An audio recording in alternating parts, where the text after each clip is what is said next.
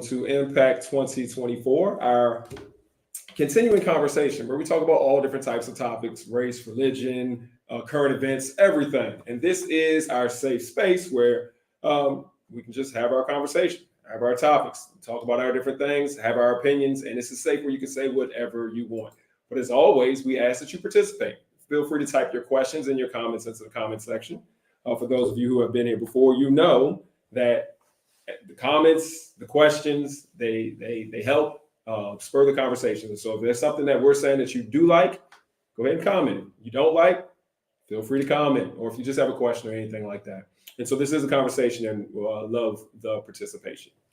And as always, we're just gonna hop right into it. We got two different, distinct topics, but we're gonna hit both of them, and we have a distinguished guest with us today, who's going to be able to address some of these topics with us. And so I'm going to just go ahead and bring her in, and then I'm going to go ahead and just tee up the topic, and we're going to just get rolling right into it. All right, so we have Christina. Thank you for joining us. Thank you for having me. All right, well, since you are a resident of Texas, we're going to talk just briefly about the Houston Independent School System. And so the reason that we're going to talk about this story, not that we are big Houston education, blah, blah, blah, blah, blah topic. But the topic is kind of just, it relates to everybody. And so what is happening in Houston is that they have an independent school district. It's the largest school district in Texas. There's been a lot of complaints about the schools. They have schools that are failing academically. And so what has happened is they took over the school district. They brought in a new superintendent and try to overhaul the schools. Very controversial. Not going to talk about one way or the other. But one specific thing that was done was that in some of the schools, over a dozen, when it was originally done last year, over a dozen had their libraries taken out. And the libraries were taken out and replaced with, what's the best way to say it? One of the people who was interviewed about it just basically said they were little jails, but basically places where people, when you get in trouble, that's where you're going to go. So your suspension area or you're just in trouble area. So the library and the books taken out, the librarians either let go or reassigned to some other place, and then those libraries were replaced with disciplinary areas. And so for some people, especially, Houston is huge. There's a diverse population. There's some groups of people where the library, I think, may be important. And so, Christina, my question to you is, you went to school, you're smart, and so, do you think, just looking from afar, do you think that the libraries in today's day and age, we have technology and everything, but do you think libraries are important to kids? Absolutely. Libraries to me are essential in development at all ages. So whether that be you're a child or an adult, the library does serve a purpose, and it serves a purpose to be, a place where you can learn, where you can go, a place that promotes literacy and connection and community. So I am the vice chair of the City of Kyle Library Board.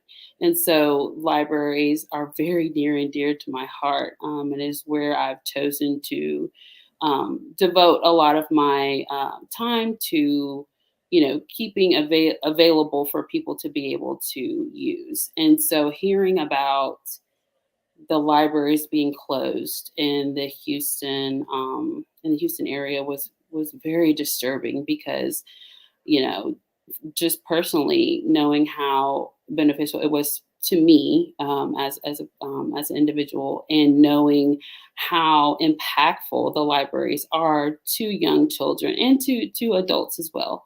So I don't particularly agree with closing libraries in lieu of turning them into whatever they've turned them into down there. But it's hard to understand that, there couldn't have been another course of action that the independent school district could have taken. So I do find it awful that they chose to do that, and it is going to have an impact on the youth. because the library does serve a very, very important purpose in youth development.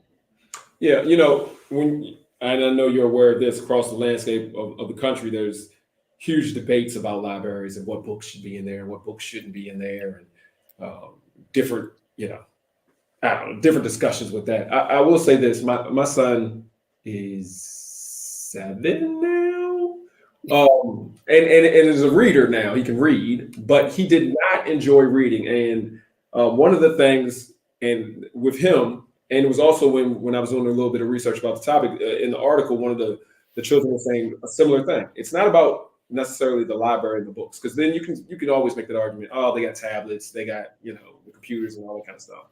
But it's I'm a little kid and I'm going to go to the library, like physically go to the library, and then I get to pick out whatever book that I want. And then this library and these strangers are trusting me to take this book home, and I can pick whatever topic. My son picked like monsters, the Loch Ness monster, and Bigfoot, and all that kind of stuff. And so he had the opportunity to pick his own topic and do all of that and take it home. And so that's why it was a big thing for him, and to start his reading.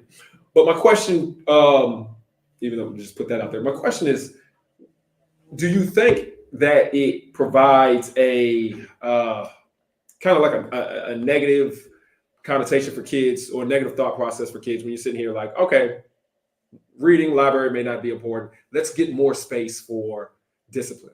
Kind of like, let's make more jails versus let's make more educational opportunities, or colleges, library, whatever. Is that something, do you think that impacts kids, or maybe they don't care that much? What's your... I don't know for sure, but I would think that it would depend on the age of the child and how aware they are of the situation at large, and whether they were, exposed to the library before it was taken away. So, you can't miss what you never had, so to speak. So, if a child was never introduced to the library, never had an option to utilize that resource, then I definitely think that they couldn't miss it, like as in know that they're missing it, right? Whereas, us as adults be like, oh, you never, were able to understand how great the library was and this, that, and the third. So I do think that they probably, the ones who never been able to use it, wouldn't actually miss it and be aware that they're missing it. Now, on the other hand, the children that, the library is their place. They would go there and get the books and really enjoy that. I think that's going to create a huge impact on those children to have something that they particularly enjoyed or particularly were used to, because maybe that might be a part of their day that they don't get to do anymore. So I think that can and will make an impact on those children. Yes. Yeah. I know it's a weird topic. The superintendent coming in and taking the libraries. In my mind, he's doing the idea that he thinks is best. Hopefully it works. But I don't know. Libraries, I think they're important. But we're going to switch. We're going to pivot now. We're going to pivot all up into your area here as a professional in the real estate realm. So what just recently happened, and I know you're aware that real estate commissions have been set to change. The way that the commissions were going around, and where you were commissioned, where the seller had to pay for both the selling agent and the purchasing agent's commissions as well. And so that's all set to change. And we're not getting into the specifics of that, unless you want to tell us some more specifics of that. But that's all under the guise of maybe we can make things more affordable. As we know right now, the average home is over $410,000, the average home, if you're trying to purchase a home across the country. And so depending on where you are, those numbers can go up dramatically or can go down. Not that much, but they're going to go down a little bit.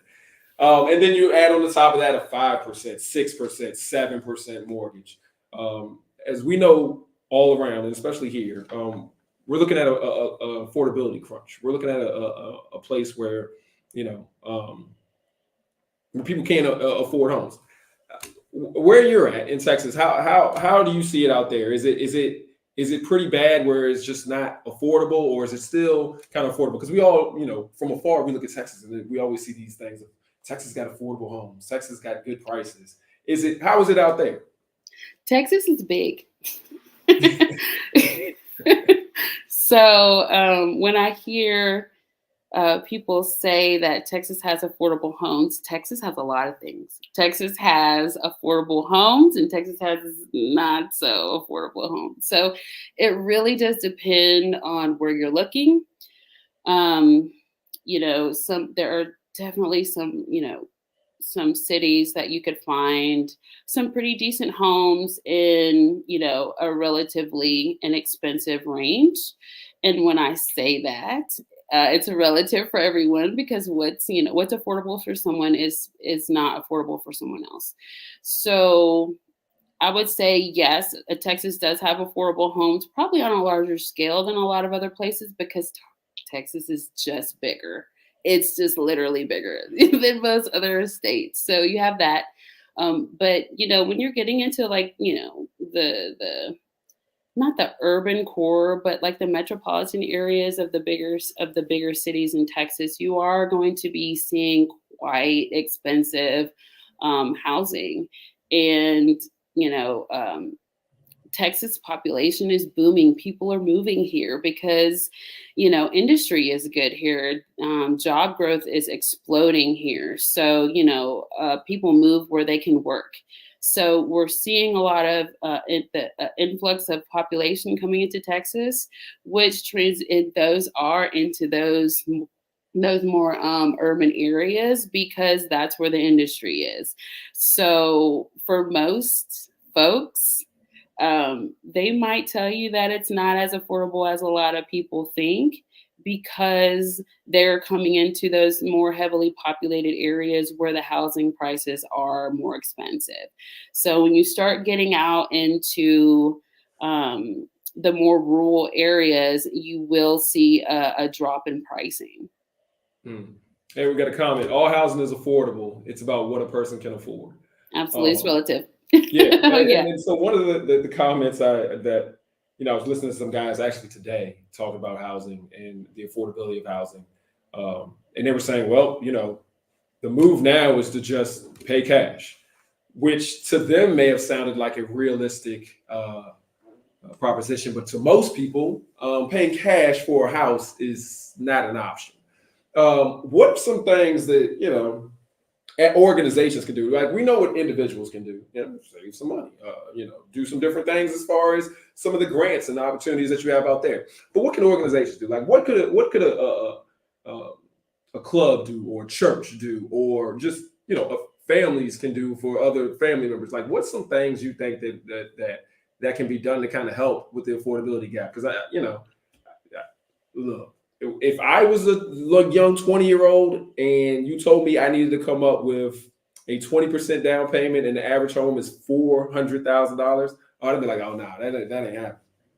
Yeah, most people are paying that. Most people are not paying 20% down, because that's, like you said, cash. Cash is king, as is said in the real estate industry. But it's just not as common as it used to be. So what I'm seeing in regards to what clubs can do, what churches can do, is really focus on financial readiness, because that is something that a lot of people do not take into consideration when they're looking to buy a home. There are a lot of steps that need to be taken. There are a lot of things that people need to understand in order to be ready to purchase a home, right? So most people are not paying 20% down. Most people are, getting those, are utilizing FHA loan products where that's a 3.5% down. That particular loan product is a little expensive, is a little more expensive in my opinion. And when I say that, I mean it's more expensive over time. So your interest rate might be a little higher than a conventional loan because you're putting less down. And learning what that means as a borrower and as a potential homeowner. So if you don't know what a conventional loan is, if you don't know what a FHA loan is, what your interest rate is made up of, what are property taxes? How do you pay those? That is what I mean when I say financial readiness, because everything looks like a mountain when you don't know what it is. So the more educated you can become on the topic or whatever goal that you're trying to achieve makes it that much more attainable. Now, education is not going to change the price of homes. Okay, it's not going to do that. But what it will do is it will teach you where you can look to find resources to utilize in order to assist you in your home search or in your financing search. So I like to say that buying a home is not about the home, it's about the financing. And if you can get that under your belt first, because you don't have cash, right? You don't have cash. So we have to finance this thing that we're trying to buy.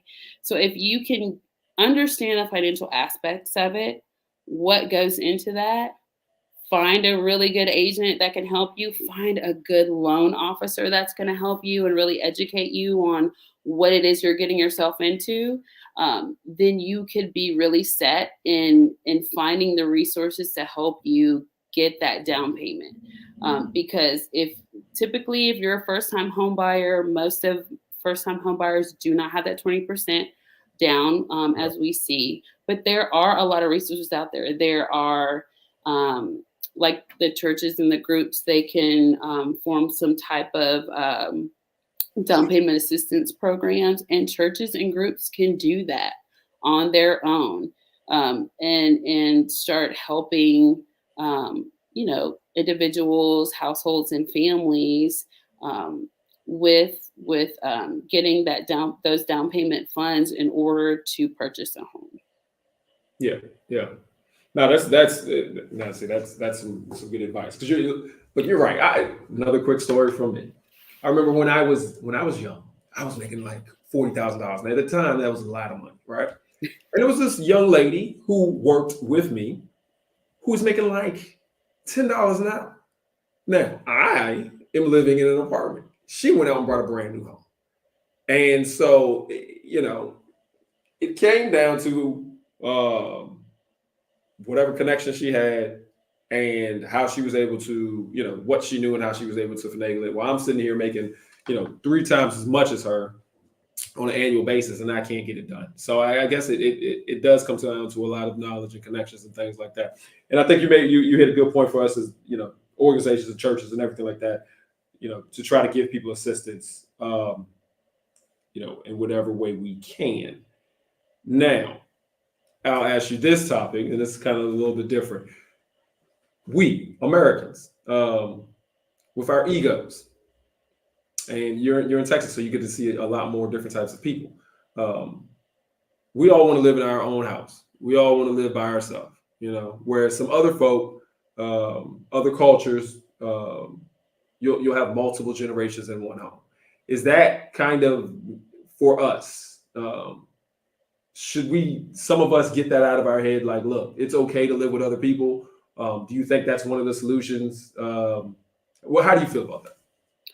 So this is a really great question. I'm glad you asked, because I have some, big opinions, big opinions about this.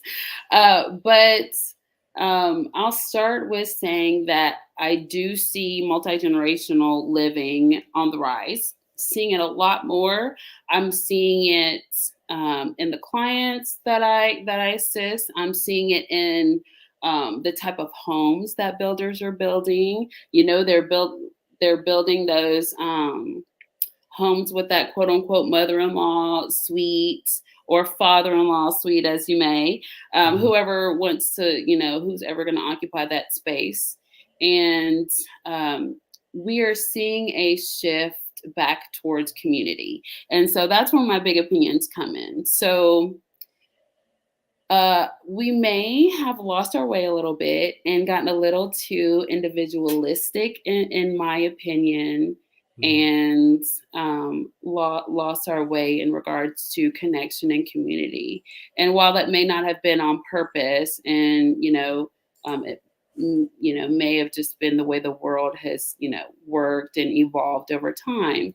But what we're seeing now is we're seeing a world that has become very unaffordable for a lot of people in regards to housing. And so when that has happened, people have started to, do what they can, and that's more people living in a dwelling. And so typically people don't live with strangers, so so they're gonna, they're gonna, if they live close to family, they're gonna do that. I've seen a lot here recently.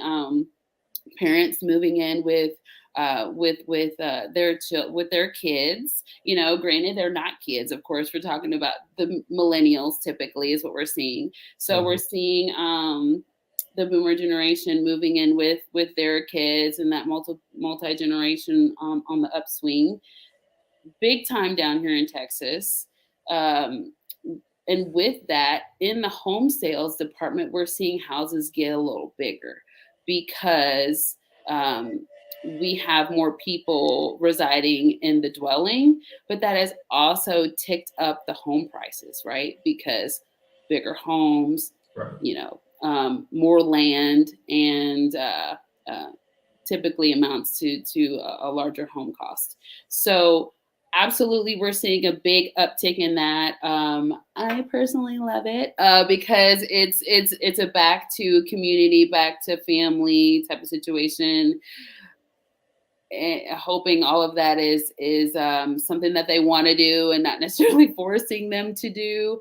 Um, we do definitely see that a lot more, and I think I'm just a big community person.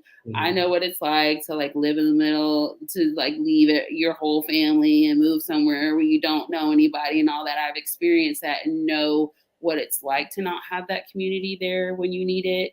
And so to see that coming back into our value system, I think is really special. You know what? You really put a good silver lining on the crazy home prices and the because when we've talked about it here numerous times. Community is important, but we've also talked about the rise in depression, the rise in mental health, the rise in suicide rates and other things like that. And is some of that is attributed to the fact that we're so isolated, whether it be from COVID, whether it be because we all need to get our own stuff and be away. We don't have to go into work or into the office anymore. We're so stuck on these phones or we're so stuck on our computers. And so maybe, some of that price is going up is pushing us back together where we have family um, who can check on us instead of having to only see us once in a while. They're down the hall and they can just come and knock on our door and see Hmm. what's going on with us and things like that. So maybe that is, one of the silver linings that's out there. Other than the fact that, some families, all right, now y'all all gonna choke each other if y'all are all living under Right. the same roof. But we need to learn how to live together. Yeah. That too. Yeah. I mean, I definitely think, like I said before, I really find it a fascinating topic. And community is so important. It's so important, and like you said, the mental health aspects of it, um, like connection, like humans are we're a social species. Mhm. So I mean, how whether you want to define what social means. Like, does it mean social media? Like, does it mean sitting in front of a screen or whatnot? Or does it really mean like sitting down across a table with someone and having a conversation?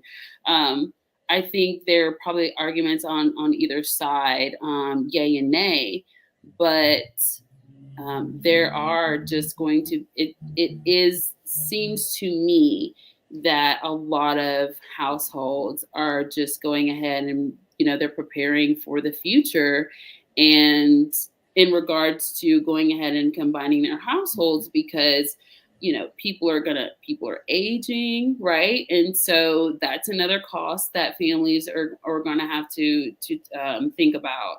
And how feasible is it if your family member is so far away and you need to take care of them or need to be able to check on them? Is that going to be beneficial in the long run, or is it going to be beneficial for us to just bite the bullet and just go ahead and all move together now and find a house and that type of thing in order for the preparation of that? So I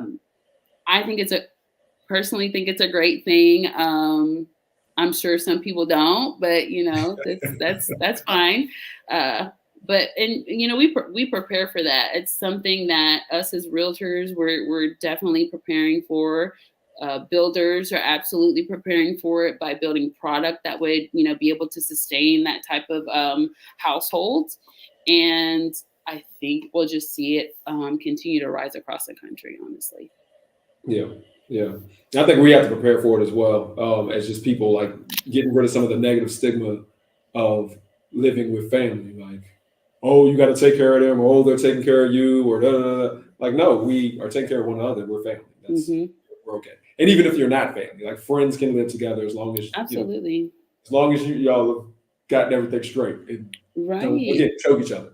Yes, definitely. It definitely teaches tolerance. And interpersonal skills. If you don't have any, you'll develop some. And just a different way of living. And different is not necessarily bad. It's just a shift. And if there's one thing I know about life, it always changes. Yeah. Well, I appreciate you joining us. I'm not going to let you get out of here without talking about the fact, okay, Texas, there's something going on seismic right now that everybody's talking about. Please tell us, how crazy is it in Texas right now because of this country music / Beyonce thing going on right now? Is it everybody talking about? Just give me something. Cowboy Carter is taking over in Texas right now, but it's also, it's cowboy culture never went anywhere. It's been here, will always be here in Texas. It's interesting that what we are, or I can't say we, but what I'm seeing is I'm seeing a more prominent, what's the word I'm looking for? Presence of Black cowboy culture. And so that's a little different. So typically, in the media, and when you see cowboy culture, it's typically white cowboy culture. So the fact that it's shifted a bit and we're seeing Black cowboy culture is pretty different. It is refreshing. We have the Houston Rodeo is every year, but this particular year, it seemed like it was just a lot of media coverage over how large the Black population is that attends the Houston Rodeo. So that was really refreshing because you don't see that on TV, and so it's kind of nice to see that it's getting its recognition like it deserves. And I guess I'd have to thank Beyonce for that, because I think she had a lot to do with it. And with